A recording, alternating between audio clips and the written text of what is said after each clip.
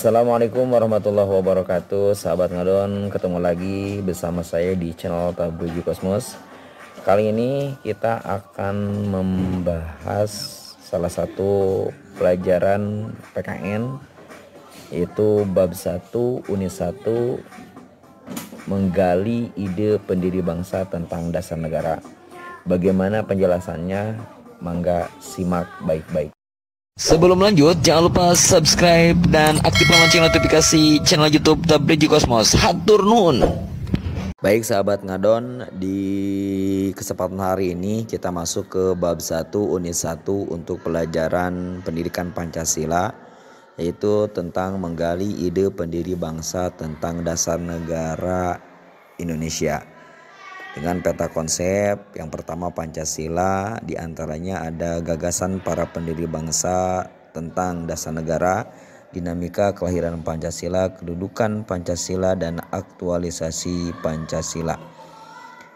Nah, di sini ada beberapa tokoh yang kita lihat dari mulai Insinyur Soekarno, kemudian Haji Agus Salim, Ahmad Subarjo, Muhammad Yamin, dan juga Supomo serta Muhammad Hatta yang merupakan tokoh-tokoh pendiri bangsa. Kemudian kalau melihat ke sejarah, awal mula itu adalah adanya BPUPKI. BPUPKI itu adalah singkatan dari Badan Penyelidik Usaha-Usaha Persiapan Kemerdekaan Indonesia. Dengan berikut arti dari penjelasan dari setiap bagian dari BPUPKI. Ada badan, ada penyelidik, ada usaha-usaha, kemudian persiapan kemerdekaan serta Indonesia. BPUPKI itu dibentuk oleh Jepang pada masa pendudukan di Indonesia pada tahun 1945 dengan tujuan untuk menyelidiki dan mempersiapkan segala hal yang diperlukan untuk kemerdekaan Indonesia. Badan ini memainkan peran penting dalam merumuskan dasar-dasar negara yang akhirnya mengarah pada kemerdekaan Indonesia pada tanggal 17 Agustus 1945. Pokok-pokok pikiran dalam BPUPK atau Badan Penyelidik Usaha-Usaha Persiapan Kemerdekaan Indonesia adalah badan yang dibentuk oleh Jepang pada masa pendudukan di Indonesia, yang tujuan untuk mempersiapkan kemerdekaan Indonesia. BPUPKI itu dibentuk pada tanggal 29 April 1945 dan dipimpin oleh Dr. Rajiman Widyodiningrat. BPUPKI memiliki peran penting dalam merumuskan dasar-dasar negara yang baru. Berikut ini adalah pokok-pokok pikiran yang berkembang dalam BPUPKI. 1. Pentingnya persatuan dan kesatuan. Persatuan bangsa dan juga keberagaman yang merupakan pentingnya dari persatuan dan kesatuan. Yang kedua, ada dasar negara dan juga filosofi Pancasila. Nah, kebutuhan akan dasar negara itu BPUPKI menganggap bahwa penting untuk merumuskan dasar negara yang menjadi panduan bagi pembentukan konstitusi dan pemerintahan dasar negara untuk mencerminkan aspirasi dan kebutuhan seluruh rakyat Indonesia. Kemudian juga ada filosofi Pancasila dalam sidang-sidang BPUPKI. Ini membahas berbagai konsep dasar negara dan akhirnya menerima usulan Pancasila sebagai dasar negara. Pancasila yang terdiri dari 5 sila yang dianggap sebagai filosofi yang bisa menyatukan berbagai elemen. Selanjutnya adalah 3. Kedaulatan rakyat. Dari prinsip kerakyatan, BPUPKI menekankan pada kedaulatan yang berada di tangan rakyat. Kemudian juga ada demokrasi. Itu meskipun pada masa itu belum ada bentuk demokrasi, tetapi BPUPKI menggarisbawahi pentingnya sistem pemerintahan yang berbasis demokrasi dan partisipasi rakyat. Yang selanjutnya 4, keberagaman dalam hukum dan pemerintahan. Ini tentang sistem pemerintahan dan juga hukum dasar dari BPUPKI sendiri yang merumuskan keberagaman hukum dalam pemerintahan. Kemudian hak dan kewajiban negara. Ada hak asasi manusia dan juga kewajiban warga negara. Selanjutnya yang dibahas mengenai peran agama dan moralitas. Ini peran agama dalam BPUPKI menghargai peran agama dalam kehidupan bermasyarakat, tetapi juga berusaha untuk memastikan bahwa negara tidak memihak pada satu agama. Kemudian yang dibahas juga moralitas. prinsip moralitas masyarakat menjadi dasar dalam penyelenggaraan negara dan pemerintahan. Tujuan dan menciptakan masyarakat yang adil dan sejahtera. Kemudian pembahasan selanjutnya adalah kehadiran dan peran konstitusi. Ini pentingnya konstitusi, di mana BPUKI menekankan perlunya konstitusi sebagai dokumen hukum tertinggi menjadi landasan bagi semua aturan. Kemudian perumusan Undang-Undang Dasar yang terlibat langsung dalam perumusan Undang-Undang Dasar 45 ini merupakan hasil akhir dari berbagai pokok pikiran dan diskusi di dalam badan tersebut. Kemudian ada Panitia 9 adalah sebuah komite penting yang dibentuk dalam rangka persiapan kemerdekaan Indonesia. Dengan penjelasan lengkapnya adalah yang pertama ada latar belakang dibentuknya Panitia 9 itu. Yang pertama tanggal pembentukan tanggal 1 Juni 1945 dengan tujuan utama adalah pembentukan Panitia 9 merumuskan dasar negara Indonesia yang baru yang menjadi landasan konstitusi pemerintahan negara kemerdekaan. Selanjutnya Panitia 9 itu ada 9 orang, diantaranya tokoh-tokoh pendiri bangsa ada Soekarno, Muhammad Hatta, Sutomo, sampai kepada Ki Hajar Dewantara sebagai anggota. Tugas dan fungsi dari PPKI ini adalah merumuskan dasar negara, kemudian diskusi, rapat, dan persiapan. Panitia mengadakan beberapa rapat dan diskusi untuk merumuskan dasar negara yang diharapkan dapat diterima oleh seluruh elemen bangsa. Kemudian hasil kerja daripada PPKI ini yang pertama Pancasila. Hasil kerja dari Panitia 9 adalah rumusan awal dari Pancasila yang terdiri dari 5 sila. Adapun Mukadimah Dasar Negara. Mukadimah adalah bagian penting dari Konstitusi Indonesia, khususnya dari Undang-Undang Dasar 45 yang berfungsi untuk pengantar atau pembukaan dari konstitusi tersebut. Fungsi mukadimah itu sebagai pengantar yang memberikan dasar filosofi dan tujuan dari bentuk nilai-nilai fundamental yang menjadi landasan bagi seluruh aspek kehidupan. Isi mukadimahnya yang pertama menyatakan kemerdekaan, tujuan negara, serta dasar filosofi Pancasila. Kemudian ketuhanan yang Maha Esa, kemanusiaan yang adil dan beradab, persatuan Indonesia, kerakyatan yang dipimpin oleh hikmah, kebijaksanaan dalam pemenuhan perwakilan, dan juga keadilan sosial bagi seluruh rakyat Indonesia. Selanjutnya juga dibahas yang pertama mengenai signifikansi pentingnya mukadimah sebagai landasan konstitusi, filosof negara. Kemudian yang dibahas juga dengan pemahaman materi ini di kesimpulannya adalah kita dapat melihat bagaimana Panitia 9 dan Mukadimah Dasar Negara berperan penting dalam pembentukan dan penetapan dasar negara. Panitia 9 memberikan rumusan awal bentuk Pancasila, sementara Mukadimah sebagai pedoman dalam dasar filosofis sebagai sistem hukum dan pemerintahan negara. Proses perancangan dasar negara atau Mukadimah hukum dasar atau Piagam Jakarta. Yang pertama, Piagam Jakarta, dokumen penting dalam sejarah Indonesia, berisi rumusan awal dari dasar negara. Dokumen ini merupakan cikal bakal dari Undang-Undang Dasar 45 dan memegang peran krusial dalam membentuk negara Indonesia. Dengan langkah-langkahnya yang pertama adalah pembentukan PPKI, kemudian tanggal 29 April tahun 45, kemudian anggota PPKI-nya terdiri dari tokoh-tokoh penting. Kemudian sidang pertama itu pada tanggal 29 Mei sampai tanggal 1 Juni 1945. Adapun agendanya adalah membahas dasar negara. Sidang kedua tanggal 10 sampai 17 adalah pembahasan merumusan dari mengenai dasar negara.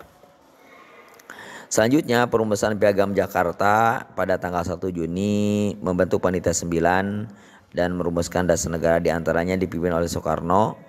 Kemudian pada tanggal 22 Juni 45 Piagam Jakarta. Ini Panitia 9 menyusun Piagam Jakarta awal dari dasar negara. Pada tanggal 20 Juni mengandung prinsip-prinsip dasar negara. Selanjutnya di isi Piagam Jakarta itu diantaranya ada 5 sila. Kemudian penambahan sila ketuhanan adalah salah satu tambahan dari Piagam Jakarta. adalah sila pertama yang berbunyi ketuhanan dengan kewajiban menjalankan syariat Islam bagi pemeluk-pemeluknya. Penyesuaian dari pengesahan sidang PPKI ini, sidang PPKI atau Panitia Persiapan Kemerdekaan Indonesia pada tanggal 7 Agustus BPPI dibubarkan dan diganti oleh dengan PPKI yang dibentuk pada tanggal 9 Agustus 45. Ya, PPKI memiliki tugas untuk menyempurnakan dan mengesahkan dasar negara. Kemudian pengesahan Undang-Undang 45 pada tanggal 8 Agustus 1945 dan implementasi dan pengaruh terhadap Indonesia yang pertama adalah Undang-Undang 45, kemudian dasar negara. Proses perancangan melalui Piagam Jakarta adalah contoh bagaimana suatu negara menyusun dan merumuskan prinsip-prinsip dasar dan membangun sistem pemerintahan dan hukum yang akan membantu seluruh aspek kehidupan bernegara. Inti dari Piagam Jakarta, Pancasila sebagai dasar negara membuat 5 sila. Ya. Sila yang pertama adalah ketuhanan dengan kewajiban menjalankan syariat Islam bagi pemeluk-pemeluknya. Mengakui adanya Tuhan yang Maha Esa dan menyatakan kewajiban bagi umat Islam untuk menjalankan syariat Islam, menunjukkan pengaruh Islam dalam dasar negara, kemanusiaan yang beradab, persatuan Indonesia, kerakyatan yang dipimpin oleh hikmah, kebiasaan dalam permusyawaratan perwakilan, keadilan sosial bagi seluruh rakyat Indonesia. Nah, penyelesaian terhadap prinsip syariat Islam di Piagam Jakarta mencantumkan sila pertama yang menyebutkan kewajiban menjalankan syariat Islam bagi pemeluknya. Ini tercermin merupakan pengaruh kuat dari Islam dalam proses perumusan dasar negara pada saat itu. Kemudian selanjutnya pengaruh Piagam Jakarta ini menjadi pondasi awal dari dasar negara. Namun setelah proklamasi dalam sidang PPKI terjadi penyesuaian sila pertama Piagam Jakarta diubah menjadi ketuhanan yang Maha Esa dalam Undang-Undang Dasar 45, mencerminkan inklusivitas bagi semua agama di Indonesia.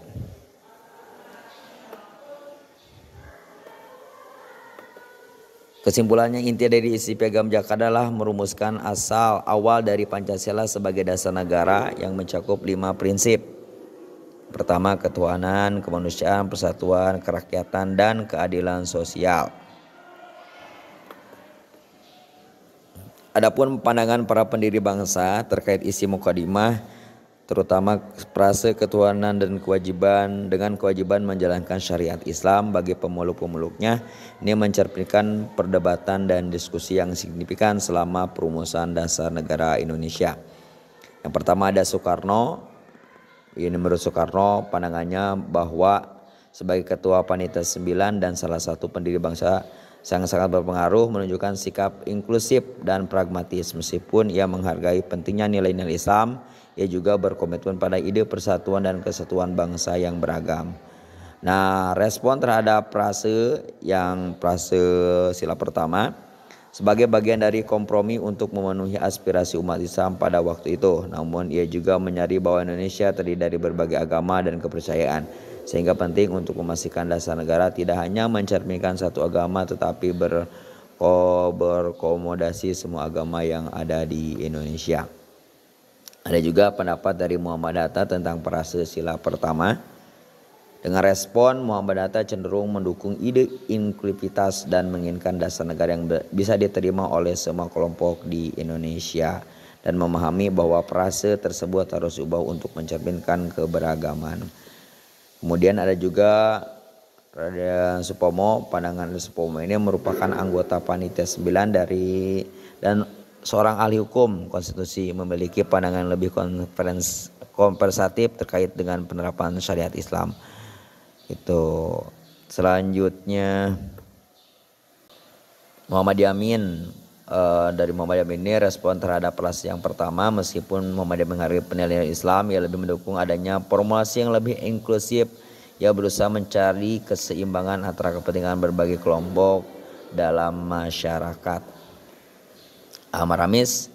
Menurut Ahmad Ramis, respon terhadap frase ini, beberapa anggota lain dari kelompok minoritas berpendapat bahwa frase tersebut terlalu memihak pada satu agama dan berpotensi menyinggung kelompok agama lain. Ia mendukung perubahan untuk mencerminkan semangat persatuan keberagaman.